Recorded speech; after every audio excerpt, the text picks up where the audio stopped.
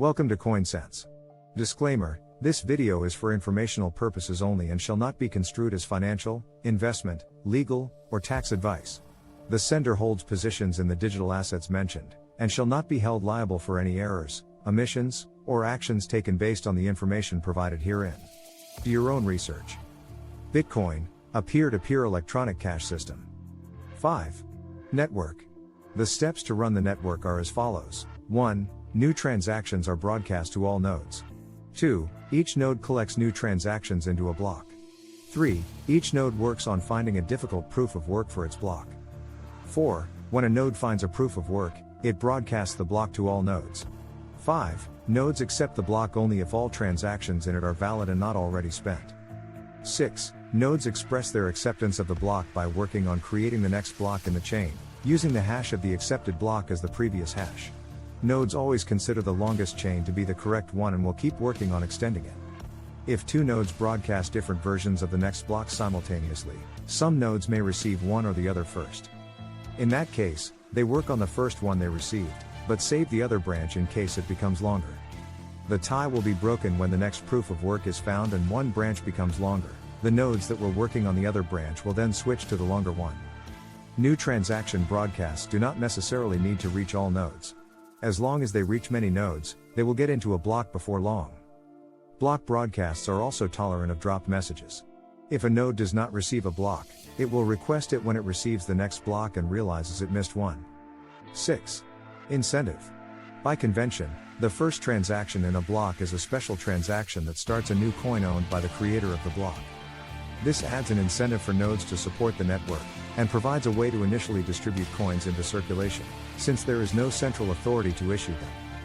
The steady addition of a constant amount of new coins is analogous to gold miners expending resources to add gold to circulation. In our case, it is CPU time and electricity that is expended. The incentive can also be funded with transaction fees.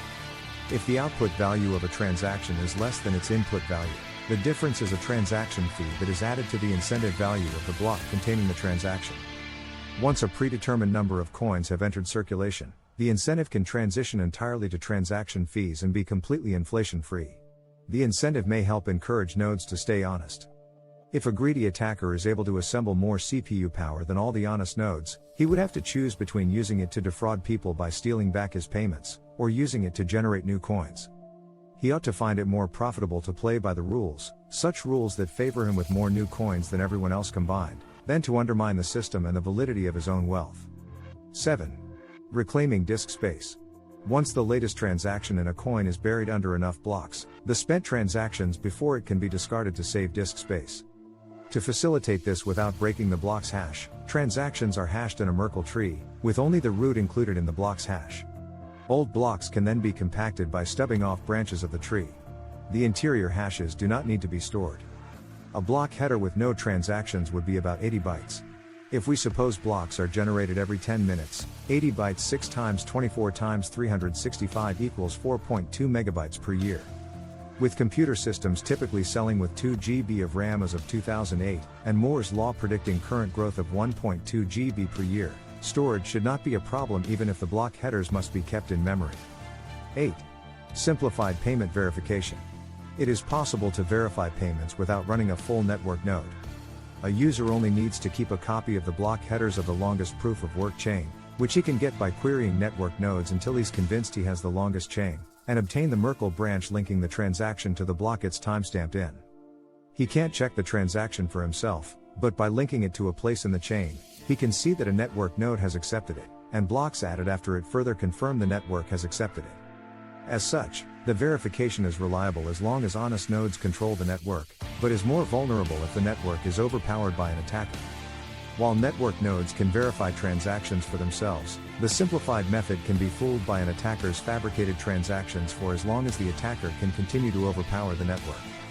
One strategy to protect against this would be to accept alerts from network nodes when they detect an invalid block, prompting the user's software to download the full block and alerted transactions to confirm the inconsistency. Businesses that receive frequent payments will probably still want to run their own nodes for more independent security and quicker verification. Please subscribe, like, and share if you enjoyed this video. Thank you for your time.